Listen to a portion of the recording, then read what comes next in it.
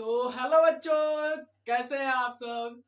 आज का लेक्चर हमारा होगा ये स्टेटमेंट वाला, कुछ जैसा रीजन वाला भी क्वेश्चन आएगा और कुछ आपको जो PYQ है मतलब कि उसको भी कराया जाएगा।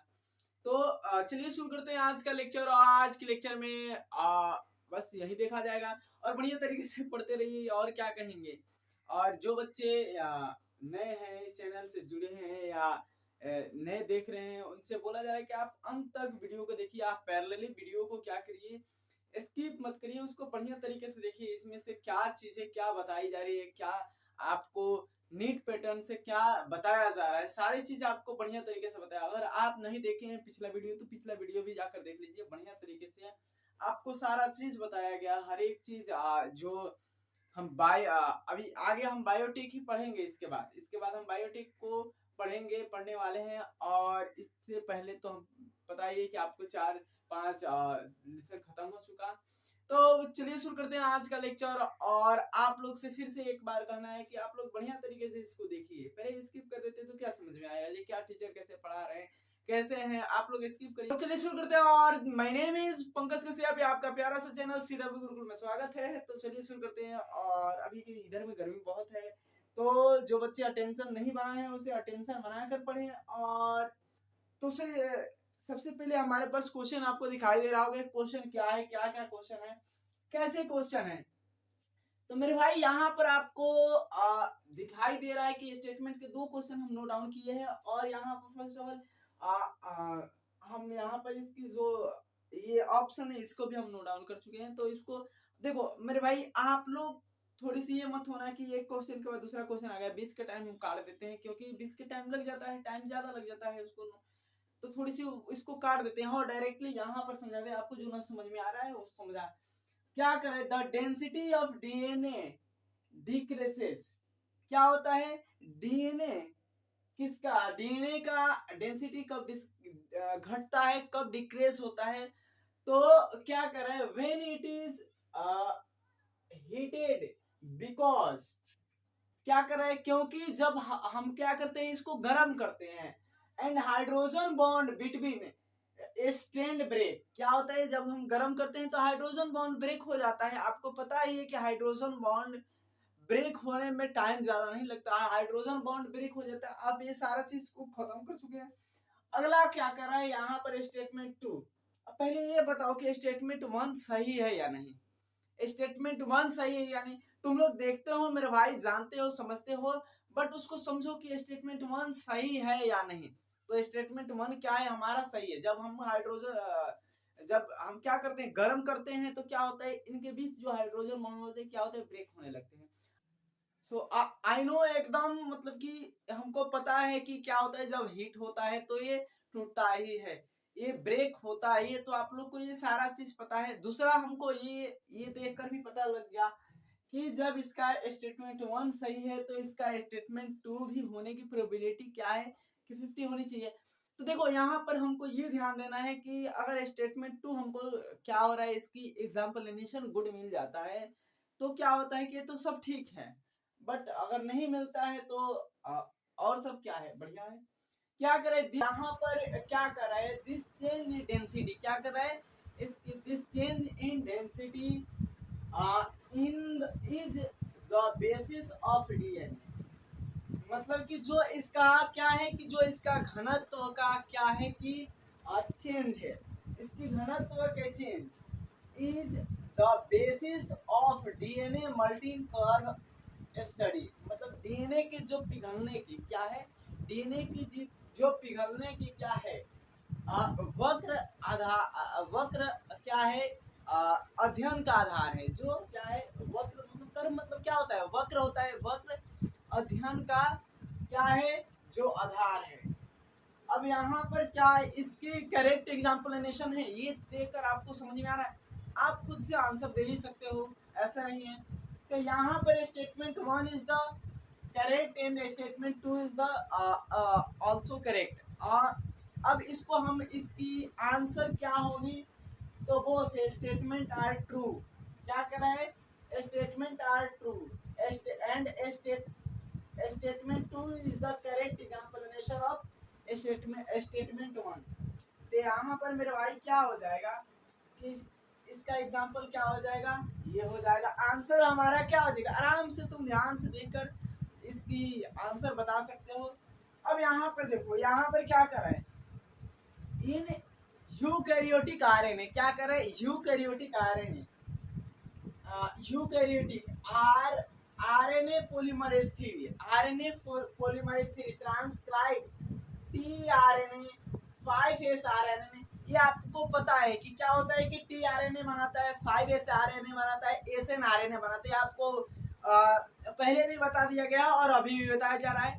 और यहाँ पर एसएन आरएनए जी, तो ये हमारा क्या है कि सही है, इसको देखकर हम बता सकते हैं क्या है हमारा सही है। बट यहाँ पर स्टेटमेंट हमको टू को देखना है, स्टेटमेंट टू क्या कर रहा है, स्टेटमेंट टू की क्या राय है। तो यहाँ पर स्टेटमेंट टू कर रहा है कि RNA polymerase 2 is the exclusively responsible for rRNA synthesis। अब यहाँ पर तुम ध्यान दो मेरे भाई, क्या करे कि पॉलीमरेज 2 क्या कर रहा था, पॉलीमरेज 2 एचएन आरएनए का क्या कर रहा था, सिंथेसाइज कर रहा था। एचएन आरएनए से क्या हो रहा था, एमआरएनए बनेगा, एमआरएनए से मतलब प्रोटीन बनेगा। यहाँ पर क्या कर रहा है कि आरएनए पॉलीमरेज 2 क्या कर रहा है, रिस्पॉन्सिबल फॉर, मतलब किसके लिए रिस्पॉन्सिबल होता है, आरएनए सिंथेसाइजिंग के लिए। तो हमारा पूरा टोटली ही गलत है। तो यहाँ पर इसका ऑप्शन ए तो हो जाएगा, लेकिन इसका कौन सा होगा, तो statement 1 is the true and statement 2 is the false. क्या हो जाएगा, इसका ये फॉल्स हो जाएगा। तो दोनों का आंसर मेरे भाई कर लो, नोट डाउन कर लो और इसको मिटा दे, कर लो। हो गया मेरे भाई, हो गया, चलो ठीक है, बहुत बढ़िया। अब देखो आंसर हो गया तो ठीक है, मिटा देते हैं इसको। चलो देखो टाइम लगेगा, इसीलिए हम कर दे, इसको क्या कर दे रहे हैं मेरे भाई, नोट डाउन कर दे रहे हैं। अब डायरेक्ट आपको आंसर दिखाई देगा। तो चलो देखो यहाँ पर सेकंड क्वेश्चन को पहले बढ़िया से रीड कर लो। यहाँ पर क्या दिया है, थर्ड और फोर्थ क्वेश्चन को बढ़िया तरीके से रीड कर लो और उसको क्या करो कि मेरे भाई आंसर दो। Certainly you give me answer, जानते हो जी। चलो एकदम जल्दी जल्दी आंसर इसको दो मेरे भाई। यहाँ पर देख लो क्या क्या है, अभी आंसर देने के बाद ही हम बताएंगे। अब देखो यहाँ पर फिर से हम बोल देते हैं, अब देखो यहाँ पर हम समझा देते हैं। क्या करें, genetic code is nearly universal but mitochondria DNA so exception.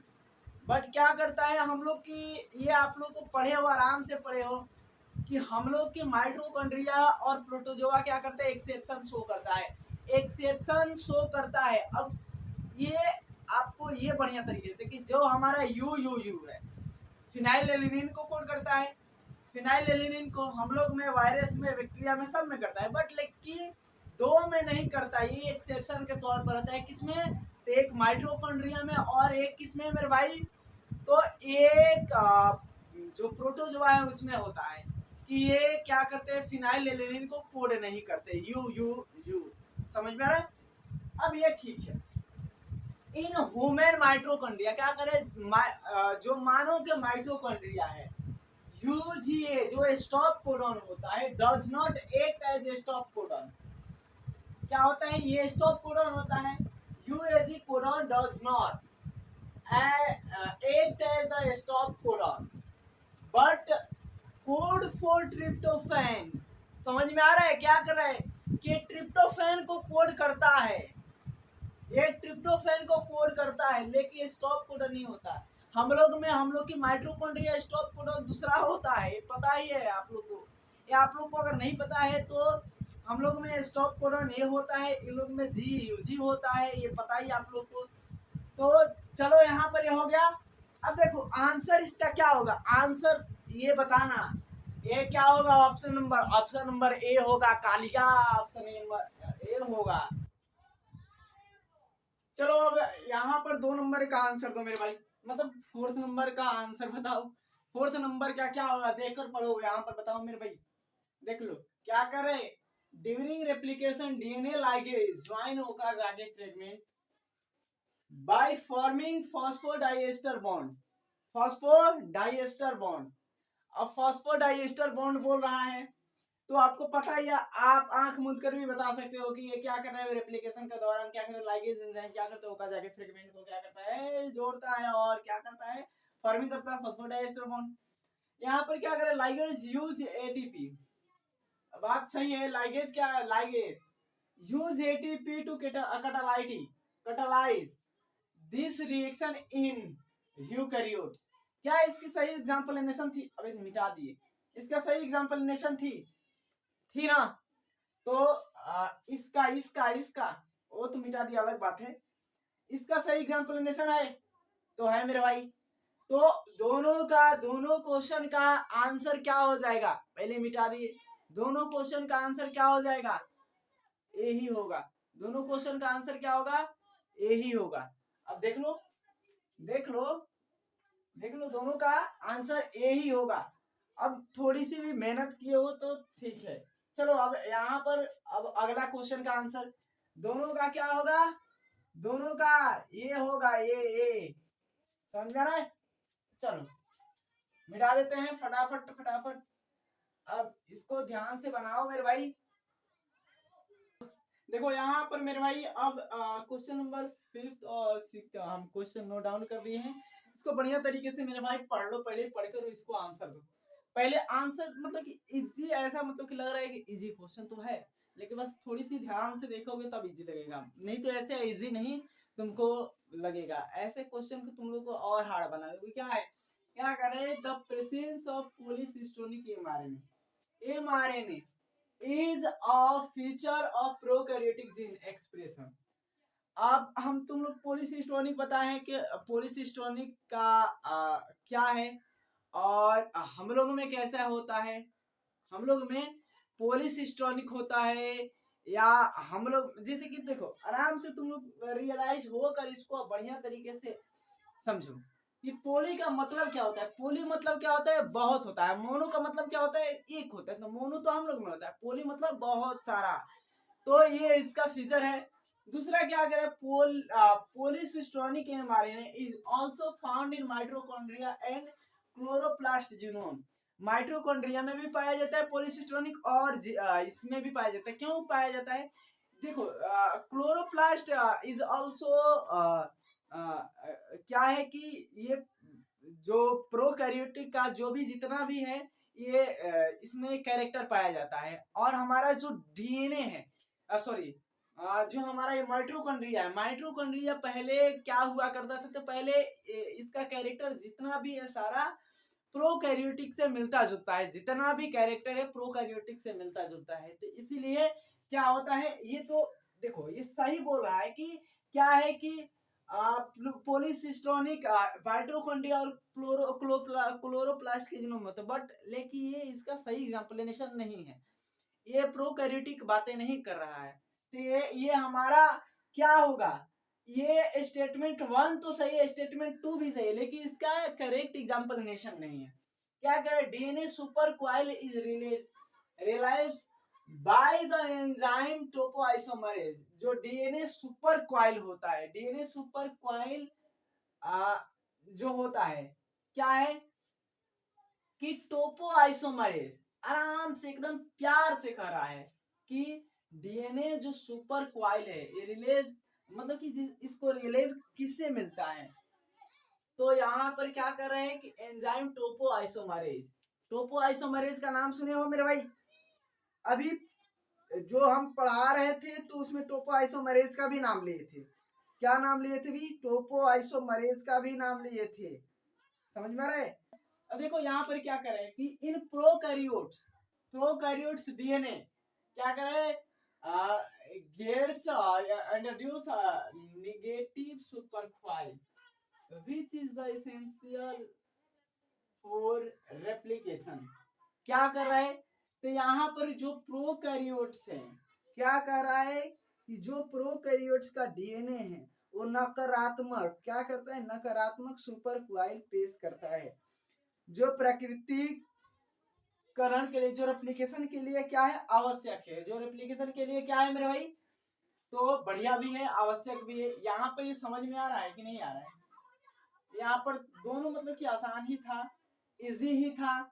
But थोड़ी सी आपको दिमाग पर जोर डालना था, बता देना था। यहाँ पर आंसर क्या हो जाएगा, पहला का आंसर क्या हो जाएगा, पहला का ऑप्शन नंबर पहला का ऑप्शन नंबर बी होगा। मतलब कि ऑप्शन नंबर बी कहने का मतलब है 2 होगा, 2। लेकिन इसका क्या हो जाएगा, 1 ही होगा। क्या होगा, इसका 1 होगा। याद रखना, इसका 2 है तो इसका क्या हो जाएगा, 1 हो जाएगा। अब आराम से इसको हम छोड़ देते हैं। आप लोग बढ़िया तरीके से इसको, पहले वीडियो को पॉज कर लो, पॉज करके नोट करो। पहले मेरे भाई कुछ मत करो, वीडियो को पॉज करके नोट करो। हो गया, आराम से कर लीजिए।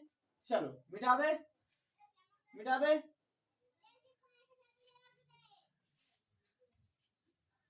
अब 8 नंबर क्वेश्चन देखो, कराना तो हम बहुत सारे चाहते हैं, हमारे पास ये डिजिटल तो है नहीं कि हम इस पर फट फट फट फट स्लाइड हटाते जाए, आपको बताते जाए। पहले नोट करना पड़ेगा इसको। अगर हम बोले तो आप लोग बना सकते हो, अगर बोल कर हम बोले तो जरा कमेंट करना मेरे भाई कि बोलेंगे अगर क्वेश्चन तो आप लोग ये कर सकते हो कि नहीं कर सकते हो। तो हो सकता है कि हम आपको बोल कर बताएं। तो देखो मेरे भाई, अब एक क्वेश्चन नोट डाउन किए हैं, इसके बाद हम थोड़ी सी एमसीक्यू कर लेते हैं। एमसीक्यू करने के बाद लोगों को बता दिया जाता है। चलो यहाँ पर दिखाई दे रहा है ना, क्या कर रहे हैं, क्या कर रहे हैं मेरे भाई, देखो यहाँ पर क्या कर रहे हैं। 6 नंबर एक कर दो मेरे भाई, 7th नंबर लास्ट 7th है।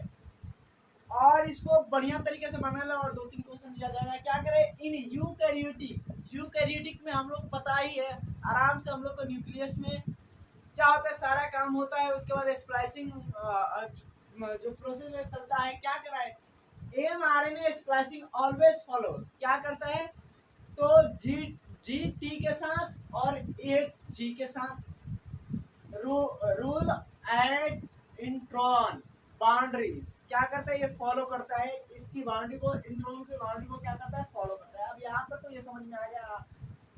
अब यहाँ पर क्या कर रहा है, अल्टरनेटिव स्प्लाइसिंग। क्या हो रहा है, अल्टरनेटिव स्प्लाइसिंग बात कर रहा है।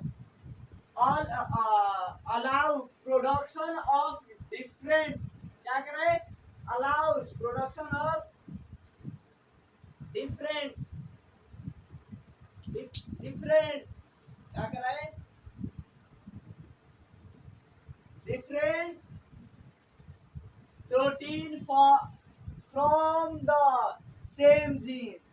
मतलब यहाँ पर बात क्या कर रहा है कि जो अल्टरनेटिव स्प्लाइसिंग हमेशा मतलब कि अलाउ करता है प्रोडक्शन ऑफ डिफरेंट प्रोटीन। क्या कर रहा है, different protein from the same gene. एक ही जीन से क्या करता है, अलग अलग डिफरेंट प्रोटीन को क्या करता है, प्रोडक्शन करता है। यहाँ पर ये आंसर तो आराम से दे दोगे, बट लेकिन थोड़ी सी यहाँ पर दिमाग में लगा लेना कि आंसर इसका होगा क्या, इसकी एग्जाम्पलेशन है कि नहीं। ऐसे ही हम मार देंगे, क्या इसकी एग्जाम्पलेशन सही बता रहा है। ये यूकैरियोटिक की बातें कर रहा है, अल्टरनेटिव स्प्लाइसिंग की बातें कर रहा है कि अलाउ, अल्टरनेटिव स्प्लाइसिंग अलाउ क्या कर रहा है, प्रोडक्शन ऑफ डिफरेंट प्रोटीन। ये क्या करता है, अलाउ करता है डिफरेंट प्रोटीन को क्या, प्रोडक्शन करना फ्रॉम सेम जीन। एक ही जीन से डिफरेंट प्रोटीन को क्या करता है, बनाने के लिए क्या करता है, तो अलाउ करता है।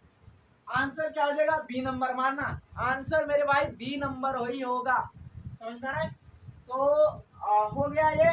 चलो यहाँ पर, चलो मेरे भाई अभी एक क्वेश्चन नोट डाउन किए हैं। अब थोड़ी सी क्या है कि आपको अब यहाँ पर सारी चीज तो हो ही गया।